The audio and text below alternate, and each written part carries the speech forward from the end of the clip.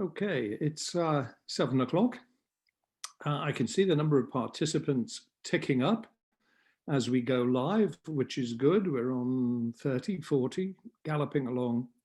For those of you just joining us and listening in, I'm going to give it another couple of minutes while we allow people to join us. Our special guest is with us, as you may see. And we will just see how we go. We're ticking up past 70-something participants, so it's going to be a good evening. Well, you think it's going to be a good evening. I might be very boring. No, I think you won't be. I have every confidence. We have just learned that our special guest was a national debating champion at the age of 17. So she has absolutely no excuse if she is boring, which she won't be, I'm sure. And we have lots of interesting things to talk about. Okay, I think we probably ought to get started. So good evening and welcome, everybody. This is the first John Schofield Trust Masterclass of 2021. Thanks to everybody for joining in tonight, and particularly thanks to those friends and supporters of the work of the Trust.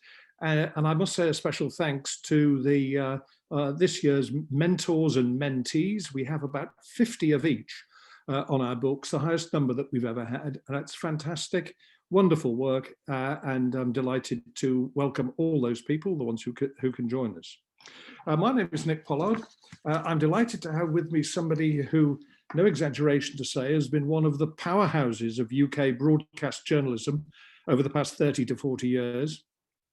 She started, as I did, as a local paper journalist. She went on to make her mark in the famously demanding and competitive surroundings, blokish surroundings, you might say, also at Granada Television in Manchester, where she was a leading light on World in Action, regarded then and now as one of the greatest and most groundbreaking of all current affairs programs. She was editor of ITV's The Big Story program, and for the past 23 years, or all but a couple of them, she's run news and current affairs for Channel 4 television in a very hands-on way, with responsibility for Channel 4 News itself and programs such as Dispatches, Unreported World, Sri Lanka's Killing Fields, and the Oscar-nominated documentary For Sama. She is now Channel 4's editor-at-large.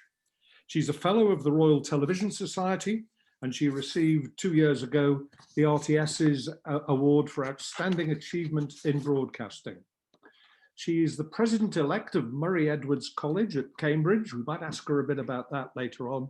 And she's the chair of the Ethical Journalism Network. She's also been a tireless campaigner over the years for more diversity in the media and a better deal for women in broadcasting and journalism. In her MacTaggart lecture at the Edinburgh TV Festival 2 years ago, as well as calling Boris Johnson a liar, she revealed that a very senior BBC journalist once called her sweetie during a discussion with a group of people in an edit suite. It was said that not only could you hear a pin drop, the world actually seemed to come to a halt for several seconds. Thankfully, the incident was resolved with only very minor casualties. Our guest is, of course, Dorothy Byrne, and welcome, Dorothy. Thank you very much. It's a great honour to be at an event for an organisation that I admire so much. Good, thank you. Well, we've got a lot of ground to cover. I've got quite a few questions already from our audience. And if you're listening in, you can send more questions during the next hour or so through the question and answer box, which you'll find at the bottom of the screen, I hope. But I'm going to start with a question about the role of TV today. You said in your MacTaggart lecture that television should do and say big things and aim to change society. And you use the example of your time at Granada and World in Action and other programs as an example. Can television still do that, aim to change society, and should it? Well, yes, it can. And the period that we are living in at the moment, a period of great crisis, is one which demands that public service television makes major programs about really big subjects. We're living in a pandemic. the way in which that pandemic began, we do not yet fully understand, but it's clear that humanity's relationship with nature is way out of kilter, and it is the duty of television to investigate that. This year we will see COP26 in Glasgow, the biggest event there since my own birth. And this year, therefore, I think it's very important that all broadcasters make significant programs about climate change. But we have also seen in the United States the threat to democracy there. And I think that we all have a duty as public service broadcasters to think, what programs should we be making on that theme? And I would just say finally that for us in Britain, we look over at the role of the media in the terrible events which occurred there. And, you know, there's a famous scene in When Harry Met Sally, in which the woman sitting next to the Meg Ryan character says, I'll have whatever she's having. Well, now we look over at the journalists in America and we say, whatever they're having, we don't want.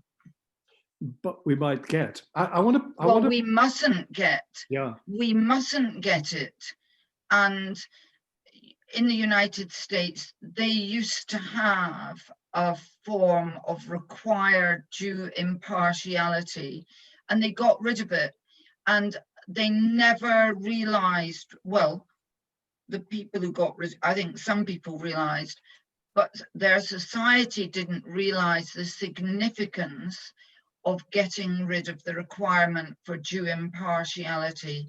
And as a result, you got television channels which produce parallel universes, and we cannot have that here. We have also a requirement here that everything that we do has to be true, has to be accurate, has to be fair.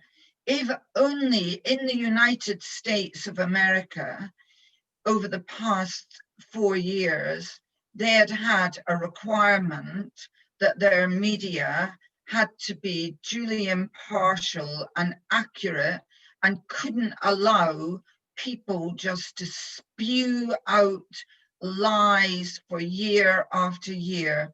And only at the very end, when we saw people like Fox News saying that they were going to cut Donald Trump off because he was lying, did you think, well, you've finally woken up, and you've woken up far too late, and we must hang on here to due impartiality.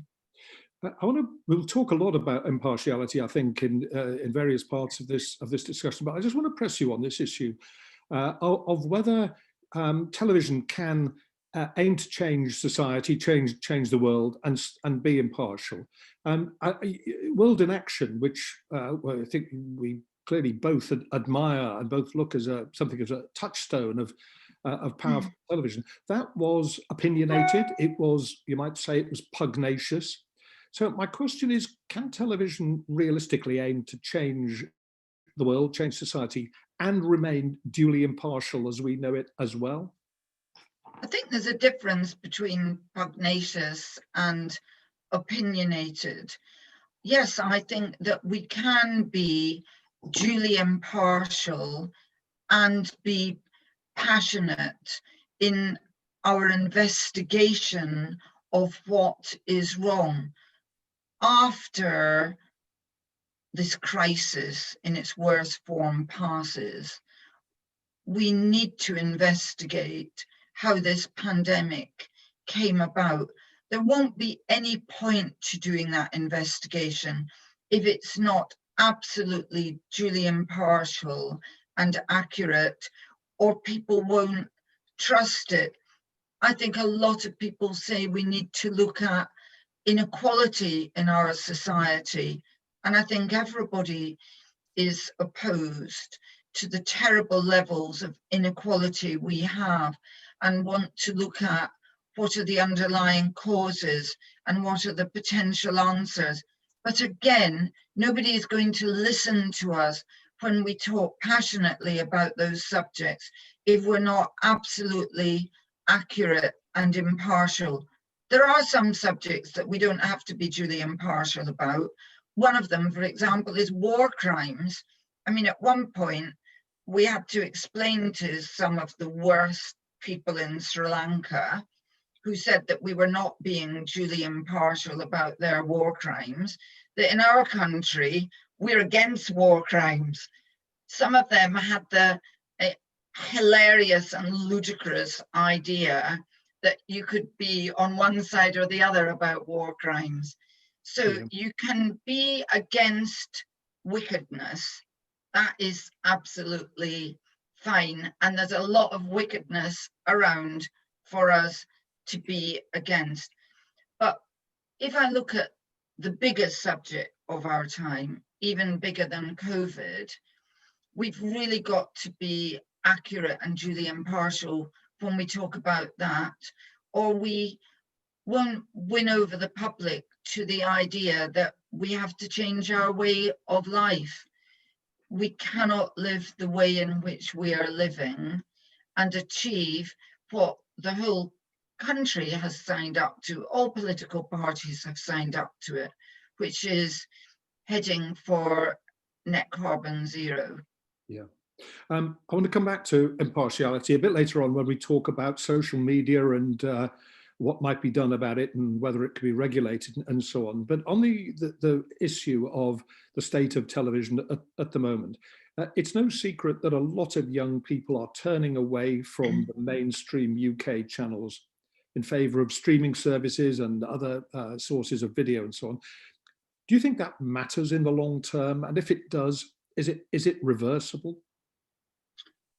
Well, I wouldn't separate out mainstream television and our ability to stream. All 4 is, I believe, because I keep being told it on Channel 4 in every ad break, the biggest free streaming service in Britain. So we have to go to where young people are and we have to reach them there. Yes, they do come to Channel 4 television in very large numbers, but still, and I think it can be exaggerated the extent to which they have left.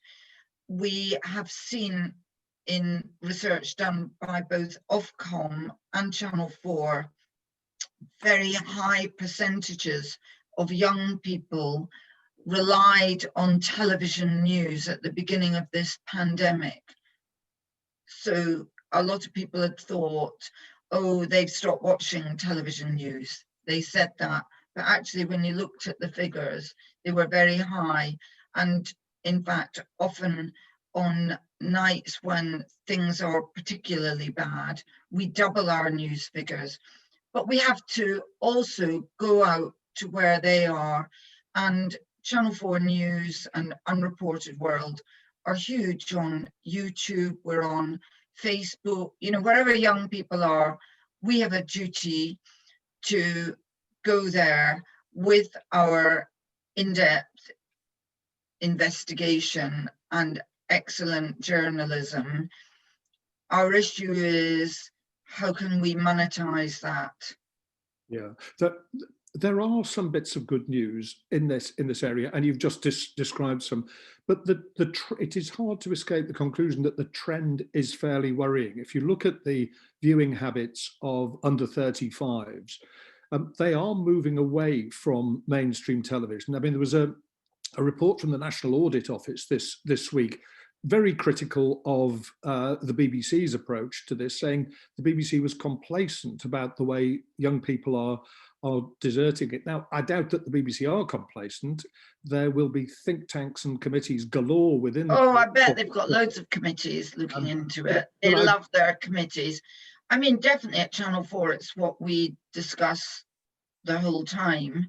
And All 4 is almost every week more important to us. All four is a significant form of revenue for us and is becoming more and more significant all the time. And when we commission programs now, we think about how will those programs work on all four. And I think we need to think in a really imaginative way about how we interest people in news and current affairs on our on-demand services. But some of our programs are huge on all four. For example, the investigation into Michael Jackson, I think it's the second most watched program on all four or something like that.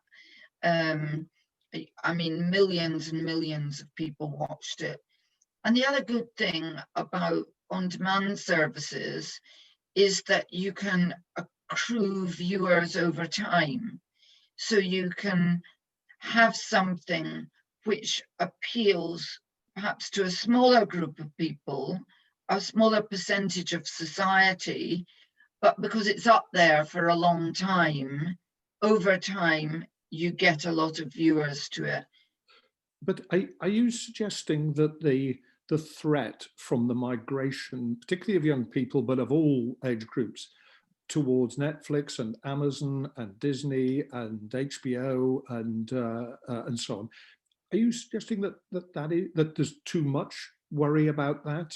I mean, no, I think feel strongly we should be worried every day about it. It is concerning, but there are things within our power that we can do. And for us at Channel 4, we have decided our number one priority is building the all four audience, because we make significant money there from advertising, and we are rethinking all the time the way in which we commission programs and the sorts of programs we commission to move ourselves towards programs that are likely to work very well on all four.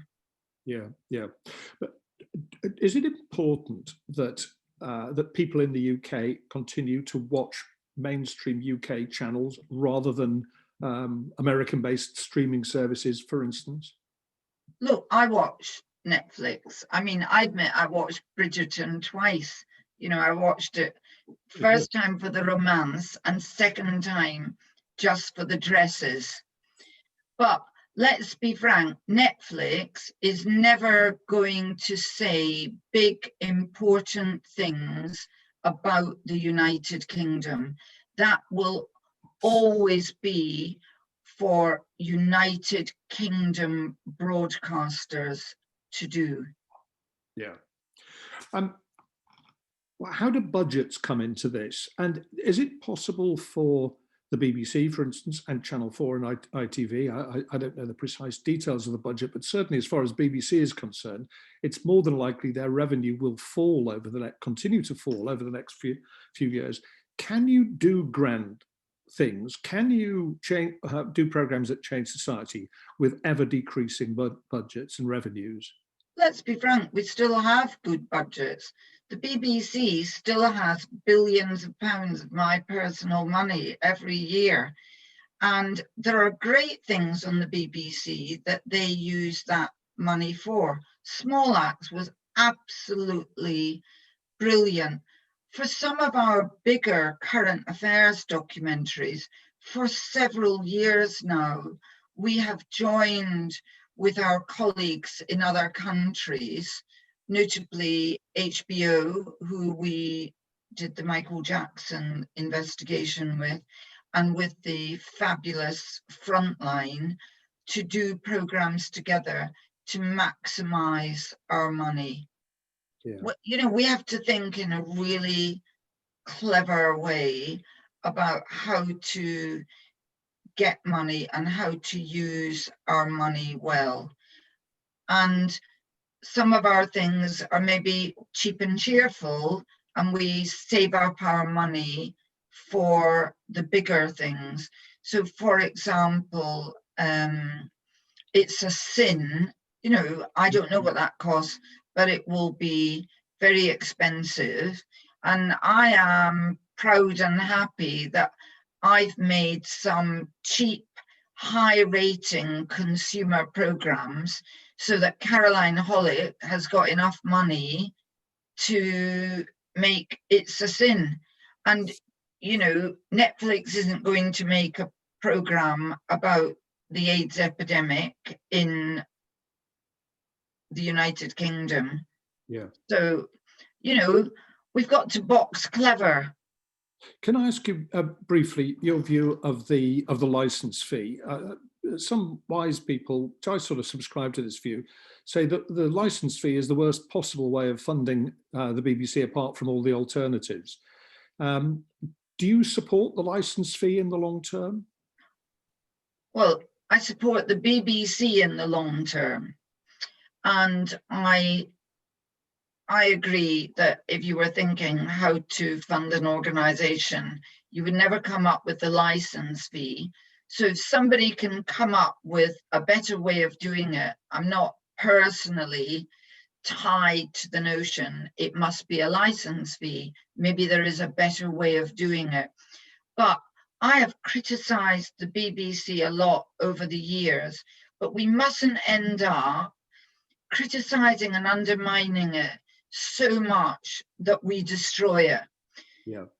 You know, interestingly, before the pandemic, there were a number of influential voices saying that the BBC should go behind a paywall. Can you imagine when this pandemic began, if the biggest broadcaster in the country, massively trusted, I mean, the BBC, Sky, ITV were all pretty much trusted and a similar amount, but as trusted and important as they were, if they had been behind a paywall when they needed to inform the public about what to do in order to protect themselves from dying. And what we do know is that the public may use Facebook and other forms of social media to get their news. I use them sometimes, but ultimately, and we know this from study after study, survey after survey, it is television news that people really trust. Lots of people listening to this will remember 7/7. And yes, we all went to our phones to find out what happened. But when we wanted to know what was really happening, to really trust it, we turned on our television. Yeah.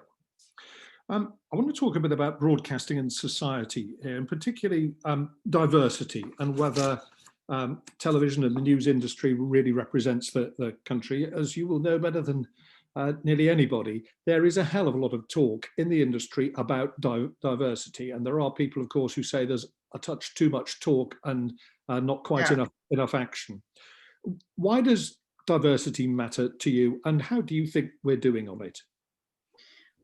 Well, diversity matters because you can't tell the news properly if you don't have a diverse newsroom which is representative of your society, feeding into you their knowledge of the views and experiences of your whole country. You know, for decades, television news was dominated by posh white men and current affairs, you know, who had been to elite universities.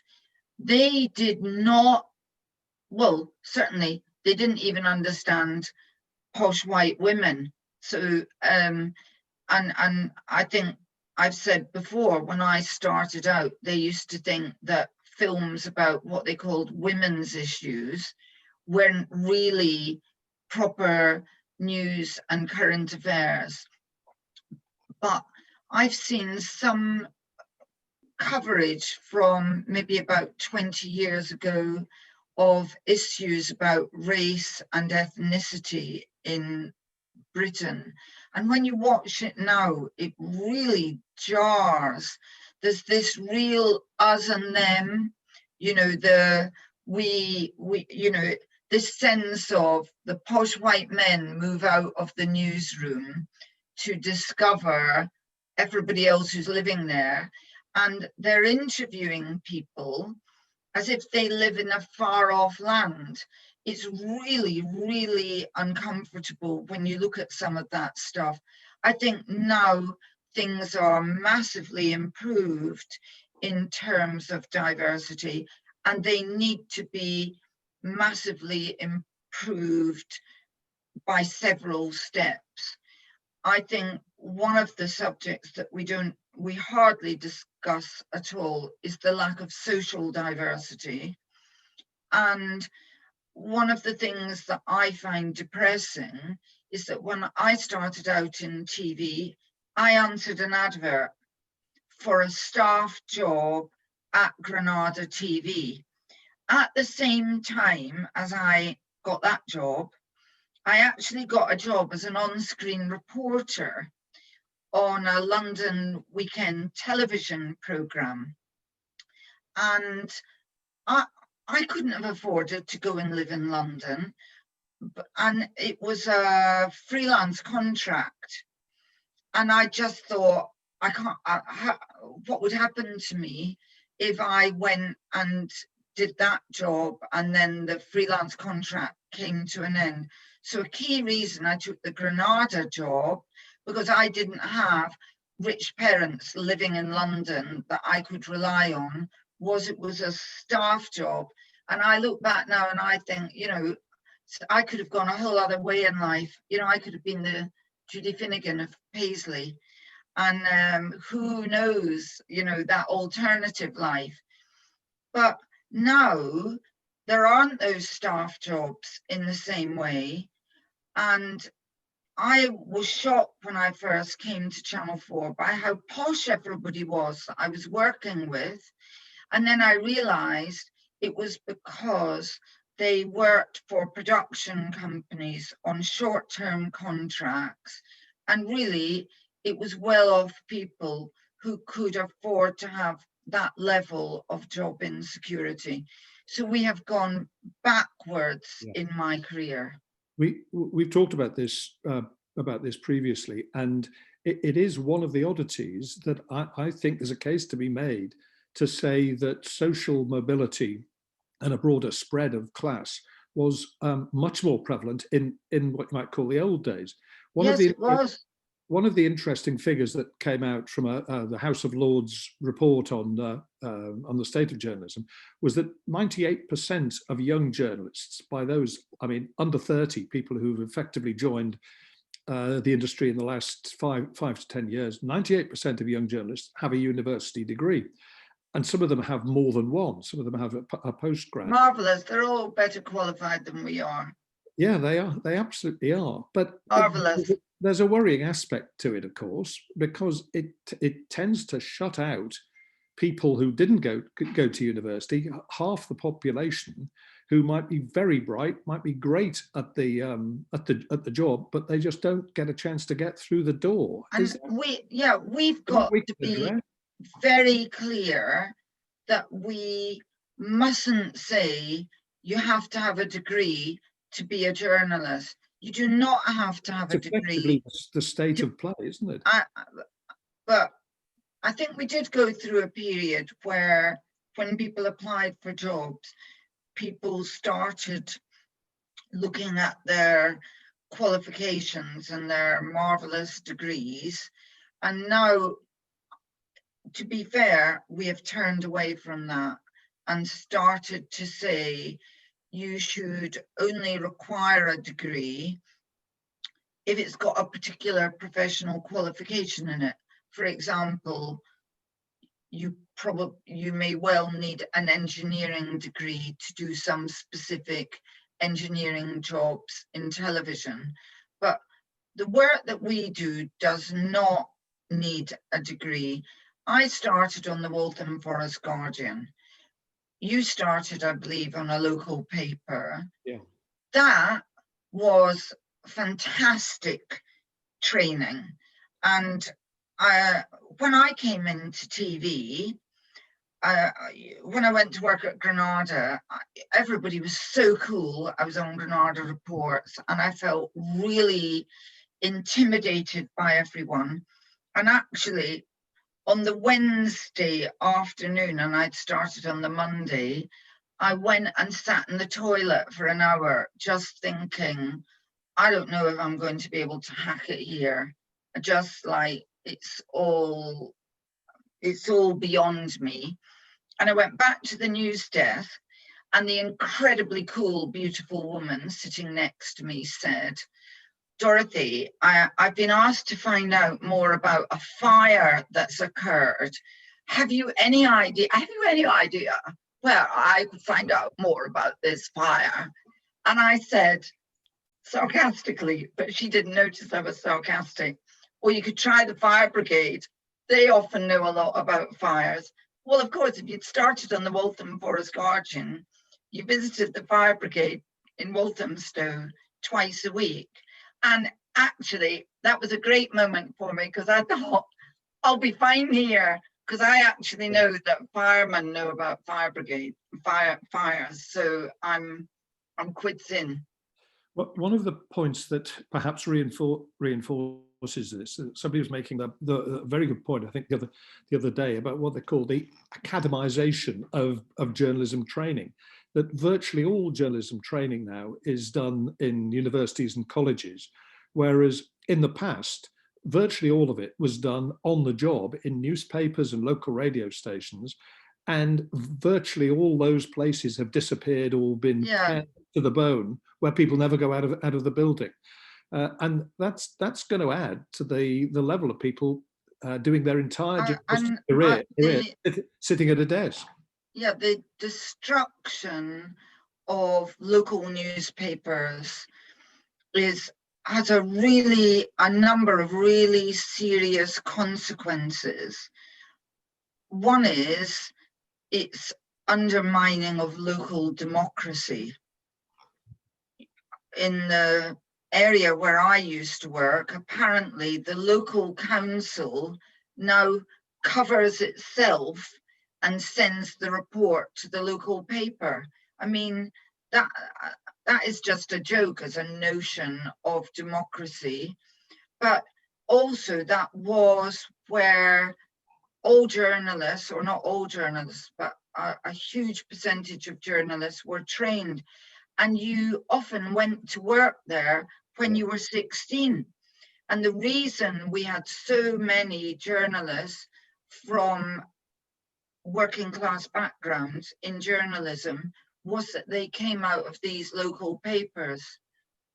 But the other point that has been made very strongly in relation to what's happened in the US is that people traditionally trusted their local paper because they could see that their local paper was covering honestly their planning applications, their traffic problems, things like that. And therefore, they had an instinctive trust in journalism. And one of the reasons that people are giving now for this lack of trust in what is called the mainstream media is that people don't have their local trusted journalists to give them that first building block of trust in journalism. I want to ask a couple of questions specifically about some aspects of diversity, and I can tell from the questions that are coming in, there's quite a lot of interest in this, particularly about BAME employment and so on. And a couple of people are making the point that perhaps there is slightly more success in more diverse range of people getting into the industry. There is a problem with retention. That people from ethnic backgrounds very often don't get on, they don't get up the ladder, and they will leave the industry. They're not retained within it. They don't get promotion. have you noticed that? You're more active in the industry than I am. Is that an issue with Channel 4?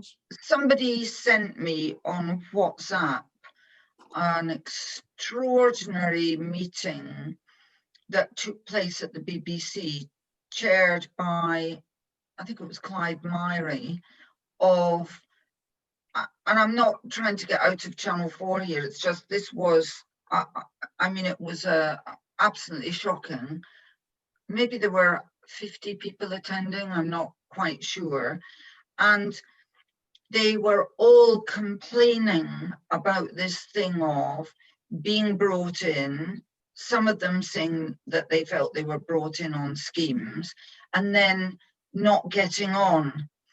But one of the big things they talked about was not feeling that their newsrooms that they worked in really valued them and were really sensitive to diversity.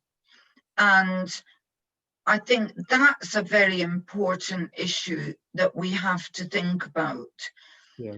A number of young Black journalists said that during Black Lives Matter, they didn't feel very comfortable in their newsrooms. Dorothy, can I just read you a couple of comments that we've had? One says, a woman has written saying, I find this as an Asian, I cannot move up the ladder. And I've won Reporter of the Year, and also I'm constantly working for free and getting lead stories, front page articles. I guess she's talking about newspapers. I just find as an older woman of colour, it's so tough to get a break. Another person says, I totally agree with that. I feel like we hit a glass ceiling that is so difficult to smash. Women and people of colour as well, a double negative in terms of being able to progress? Well, I think we obviously have to look at structural issues here. How exactly do people progress in newsrooms? Is there a proper system for it? Or is it just the favourite who is picked out and gets on? You know, we have proper systems for people being interviewed to get into television. What about, do we really have proper systems for when they move up? But also, what is the culture of our newsroom? And in the part of me that is the Ethical Journalism Network, we are actually doing a very large piece of work with a major charity who have to interview people about what it's actually like in the newsroom. There is clearly a feeling of discomfort among a lot of people in newsrooms. Turning to the issue of older women, I think there is massive prejudice against older women and massive prejudice against women coming back into the workplace. Often, women leave their jobs because they feel they're too pressurized when they have children. And they step aside a bit in their career. And that may be for 10, 15 years, because they want to be at home for a significant period of time. And therefore, they might take less demanding part-time jobs. Then, when they try to produce and direct a major current affairs film or get back into the, you know, ambitious structure of a newsroom, and I've heard people say this, they go, well, look at her CV, what's she been doing? Yeah. We have to have a different attitude towards people's CVs. We must not be expecting to look at CVs and expect that that person has always been in employment, because that isn't going to happen, and that their career trajectory has been like this, because career trajectories are more like that. So I think there is a lot of prejudice among people, but they're not aware of it. I want to ask you two questions that our listeners have sent in. One of them is very much on this subject, but it's asking effectively, what can I, as a journalist, do about it? She says, as a very accomplished woman, meaning you, does she think it's possible to really advance your TV journalistic career and have a work-life balance, given today's 24-hour news cycle? If so, what advice would she give? I'm a woman currently on maternity leave, wondering if the demands of TV news will mean I have to sacrifice my career. What advice does she have for me in that situation? Well, of course, I was freelance when I had a baby, and I never got any maternity leave, and I had to go back to work when my child was 5.5 weeks. So I feel very strongly about this issue. It is the legal duty of employers to have family-friendly policies. So if you are off on maternity leave and you want to go back part-time or work in a different way, you know, it's your employer's legal duty to sit down with you and work out how that can happen. And I hope as more women rise into positions of authority, they will make sure that that happens. I mean, how do you think so that's simple to make it happen?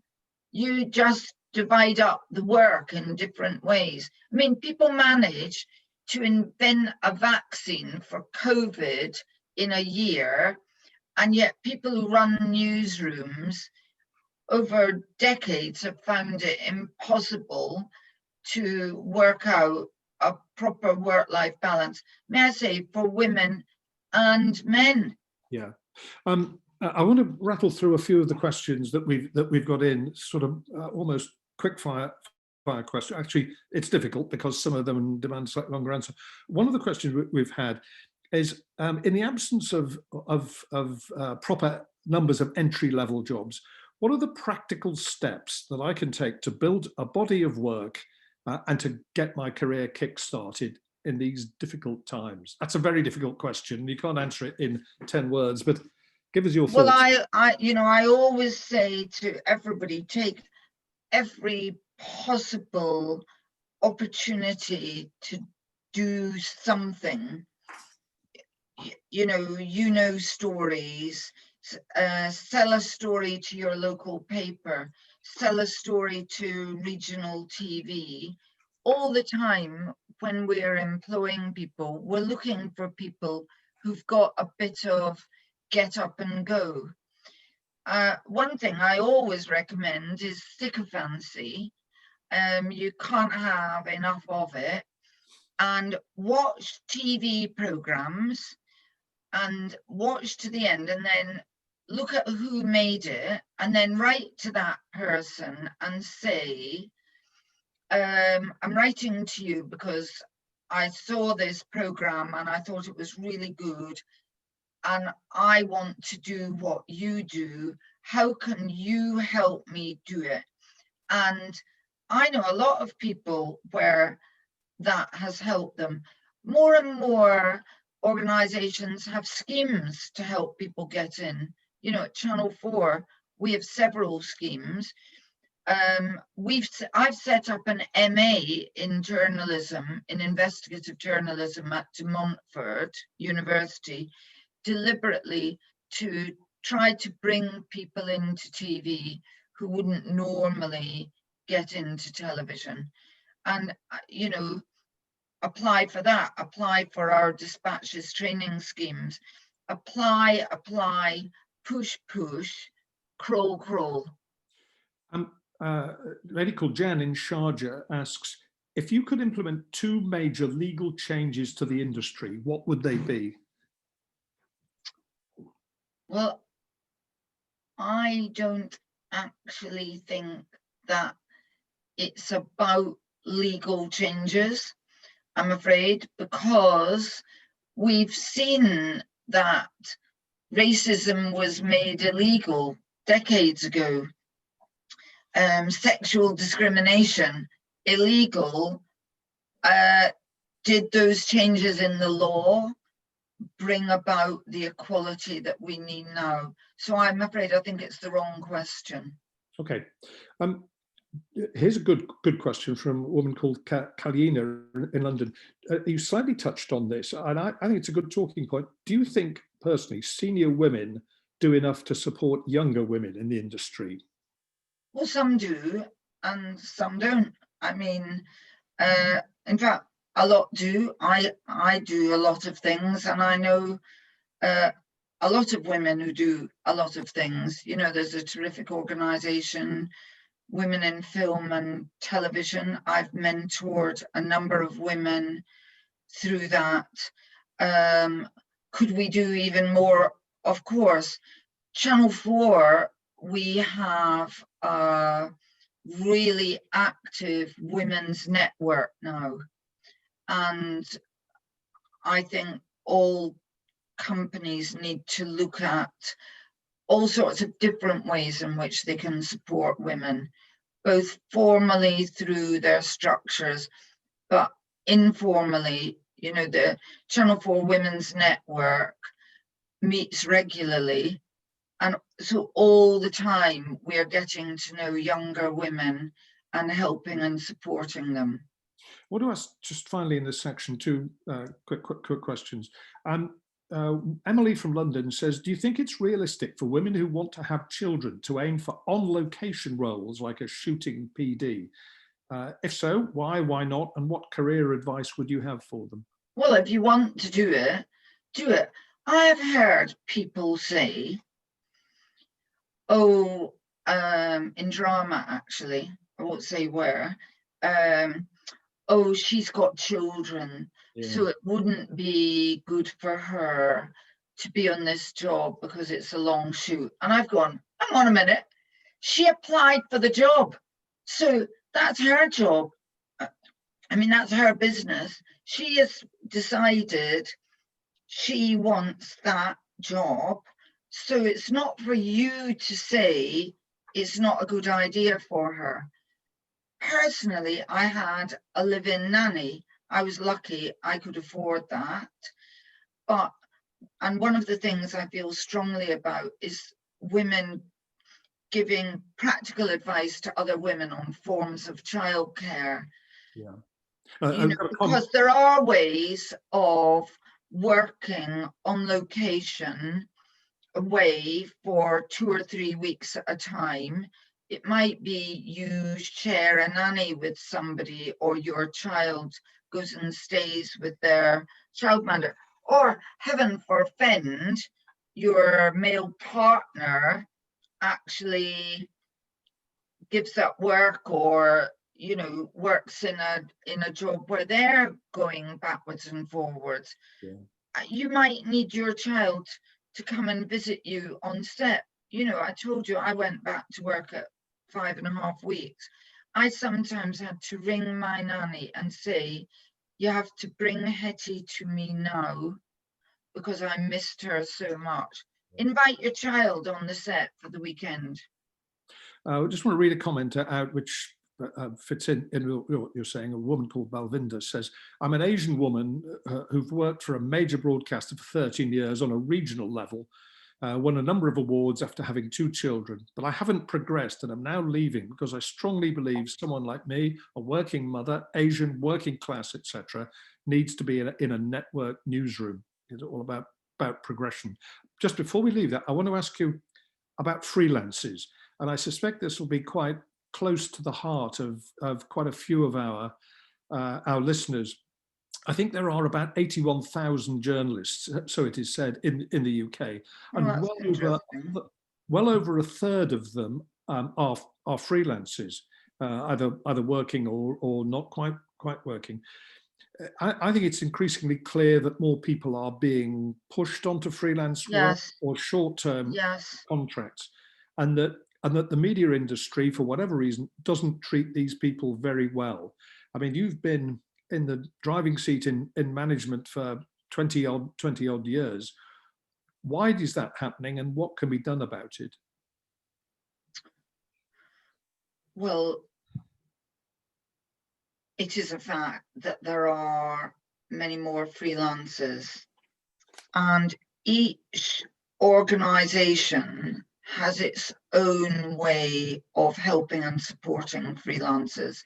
I think it's now so prevalent that I think the whole media industry needs to come together much better. I think broadcasters specifically need to come together much better to try to help and support freelancers with their careers. Sometimes in an informal way, when somebody's coming near to the end of a contract, maybe for Channel 4 News and Current Affairs, and we don't have anything, I contact the editor of Panorama or the editor of Newsnight or Tom Giles at ITV and say, look, there's this person, they're really good. Do you have anything for them? And I've got to be honest, they often say, oh, look, that's, you know, I'll look around. Fiona Campbell has always been terrific when I've done that. And I can't help but feel, is there a more formal way that we could do that?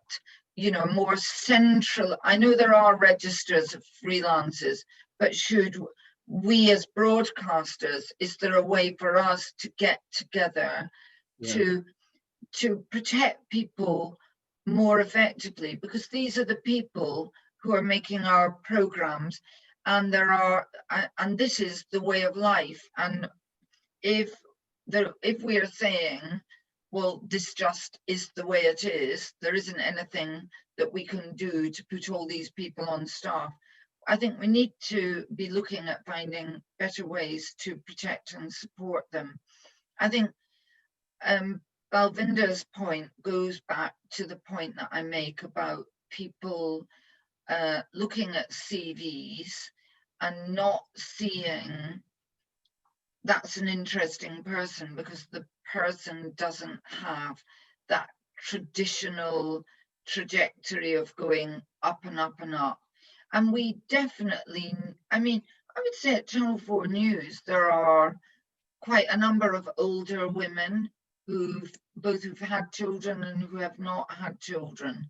So I wouldn't think that because, you know, to me, working mother, Asian working class says, wow, you've got a lot of interesting things to tell a newsroom about. I'd say don't give up, you know, because you've got a lot to offer and you've got a lot of stories to tell, you know. I know about stories that other people don't know about. You know, I've got autoimmune illnesses that only older people, mainly women, get. So I know quite a bit about the NHS because I've been in it. I don't have to go and interview someone to find out about the NHS. I know about it. You know, we know a lot, and it's about persuading people. We've got this extraordinary life experience that will be of advantage to your newsroom. I want to move on to talk a bit about journalism, trust, and the truth. A big, big subject, but let's have a go at a couple of questions about it. We've seen the departure of the great exponent of fake news and alternative facts in the past 24 hours, finally and reluctantly leaving the White House. Been a pretty torrid 4 years for journalism everywhere, and the level of hate and distrust towards journalists is worryingly high. Is that going to be a permanent feature of our industry now, do you think?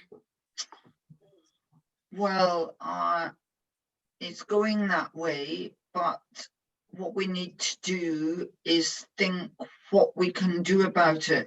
And I would say to politicians, they've got to stop attacking journalists because we are essential to democracy.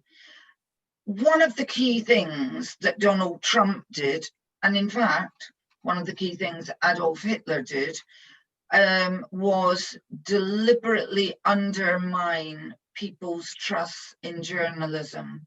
You know, those awful big events that Donald Trump had, and then he would, you know, more often than not, turn around towards journalists and go, they are bad people in this hideous way.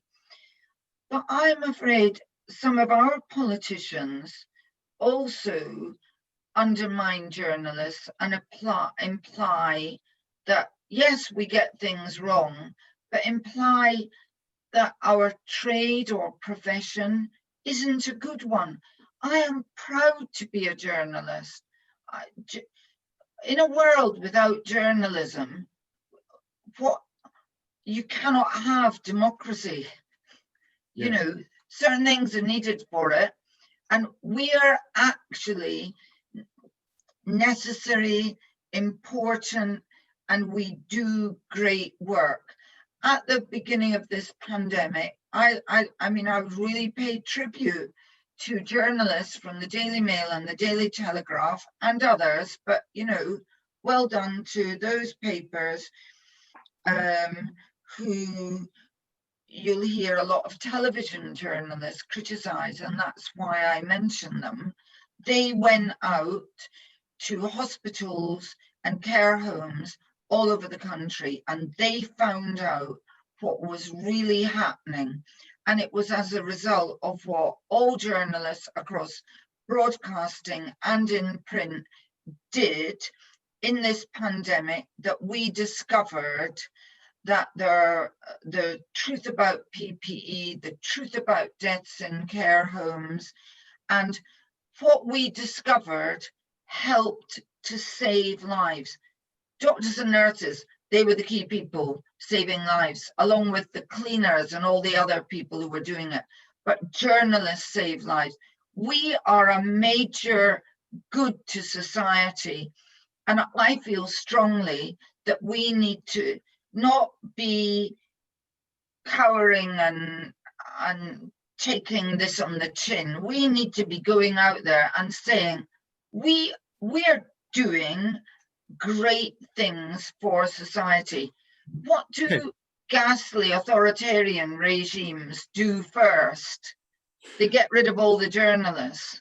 Yeah, they do. But I want to ask you about this issue, which engages a lot of people, of calling out lies and telling it like it is. And so you famously called Boris Johnson a liar in the McTaggart lecture to make a particular point about holding people to account and so on. And it's been very interesting, hasn't it, over the past 4 years to see the way New York Times, Washington Post, and TV stations like CNN and MSNBC have not held back in outright criticism and accusations of President Trump. Now, on one hand, you could say that's valiant truth-telling journalism, but it has at the same time the effect of turning a lot of people completely against those outlets because they happen not to agree. So you're getting more polarization. No, I don't think it's that they told the truth that turned people against them. It's that Donald Trump and others kept spouting lies and kept, you know, think of the power that the President of the United States has to be seen on Fox News and in other places, day after day after day, saying journalists are bad people, journalists are liars. And every time the New York Times or somebody exposes him or one of his cohorts for cheating and lying, saying that they themselves are the cheat and the lie. So it wasn't the good journalists who caused the problem. It was the politician who undermined journalism, and it was the outlets which just allowed him to say it, lie after lie after lie, till at the end they realized, oh my God, we have to stop him now. too late. And that happened, I go back to what I was saying at the beginning, that happened because he was allowed to get away with it. And that was a significant problem there, was the lack of due impartiality. If you'd had really duly impartial reporting on Fox News, they would have had to say, Donald Trump just said X and Y, but it isn't true. You know, that would have been their duty. So, and that's why you have to call out lies. You have to call out lies because truth matters, because it's truth that you depend on for a democracy to function properly. And that link between truth and democracy, when I went on about it, you know, a couple of years ago, people went, yeah. Well, now they see it.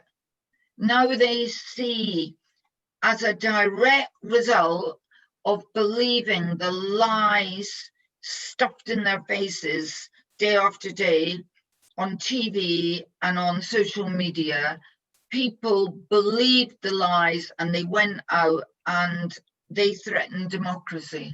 So are you in favour of British broadcasters calling out lies and dishonesty in public life as aggressively as the American outlets did? Well, what I don't find comfortable when I watch US television is when the presenter starts giving all their own views. I don't like that at all, because even if it's their own, they might be calling out Donald Trump, but they are giving their own personal opinions about Donald Trump. It shouldn't be about your personal opinions. I think sometimes you do have to say people lie, but you shouldn't go about saying that all the time and saying it aggressively, but every now and then you just have to say it. And actually, the problem that we've had in public life in the past year in the UK has been less lies, but more series of statements from many people that had absolutely no evidence base for them. That's a little harder to call out, isn't it? Yes, you know, just like just the 350 meaningless twaddle, you know, and that is harder to call out. And actually, it's been harder to call out for a number of journalists because they haven't even understood it was meaningless twaddle, because they don't have any knowledge or understanding of science, or very little. Yeah. Poor understanding of statistics, poor understanding about risk. I mean, I think what we've learned in this pandemic is that our education system has failed much of the general population because they don't understand anything about the basics of science, and therefore it's easy for them to be fooled by anti-vaxxers. But we've also seen that quite a number of our top journalists, top degrees, top universities, but not in any relevant subject. And the obvious one was when the government said they were following the science, and I turned from channel to channel and people said, oh, they're following the science. And I thought, that literally makes no sense whatsoever. What science? Since when was there one science? What is this one thing, science? There are so many errors in that statement.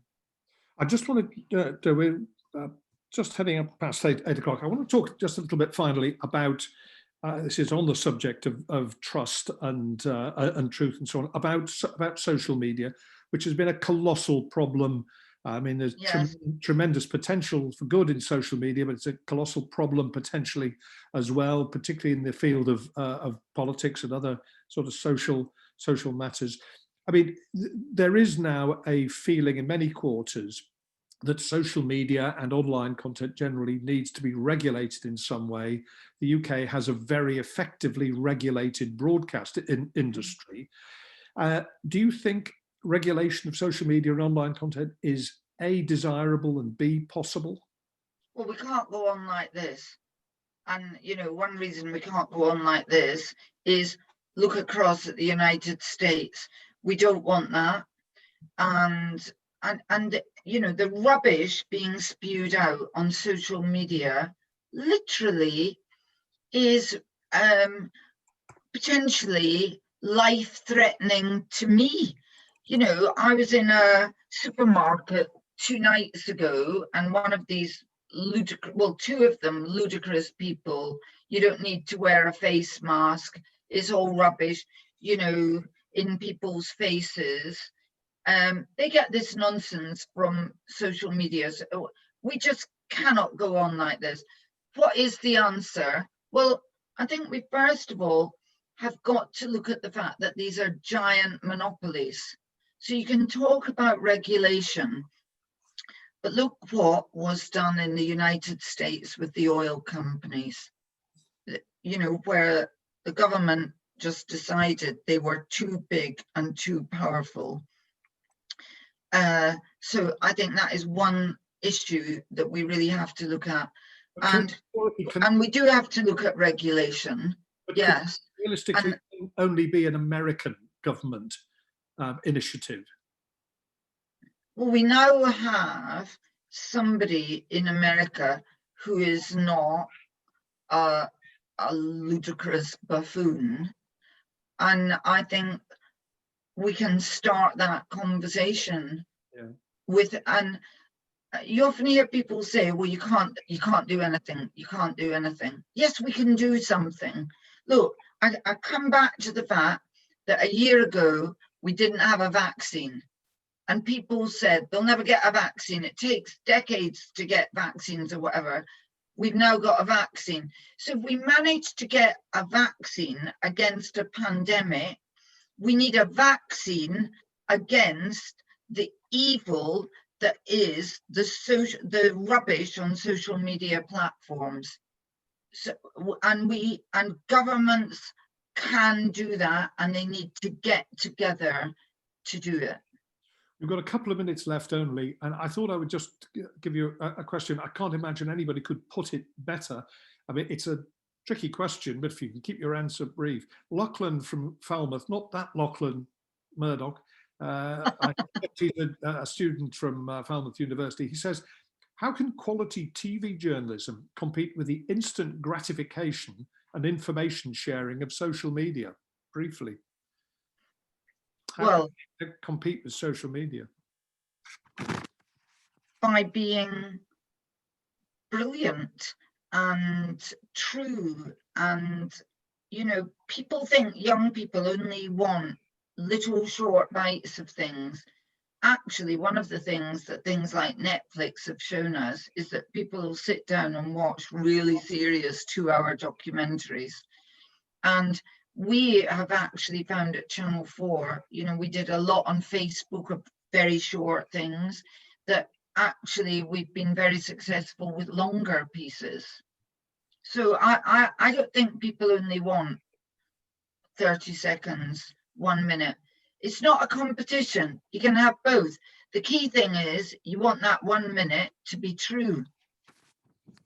Absolutely right. Thank you, Dorothy. Fantastic hour. Thank you to everybody for joining us. Thank you to everybody who's sent in questions. I've tried to put as many of them either directly or indirectly to Dorothy. So thank you very much to the editor-at-large of Channel 4, Dorothy Byrne. Good luck in your new appointment as president-elect of the Cambridge College. Thanks to everybody who sent in questions. Please remember to follow the John Schofield Trust, a very important organisation, on Twitter, LinkedIn, Facebook and Instagram, and to support our valuable work. Some of the things we've been discussing this evening underline the importance of what the Trust does. particularly in the field of diversity in the news industry, and support for young journalists in the early stages of their careers, which Dorothy and I were once both. Thanks again, and good night to everybody, and good luck in your careers. Bye-bye. And thank you, Nick. Thanks, Dorothy. Thank Bye. you. Right. Bye. Bye-bye.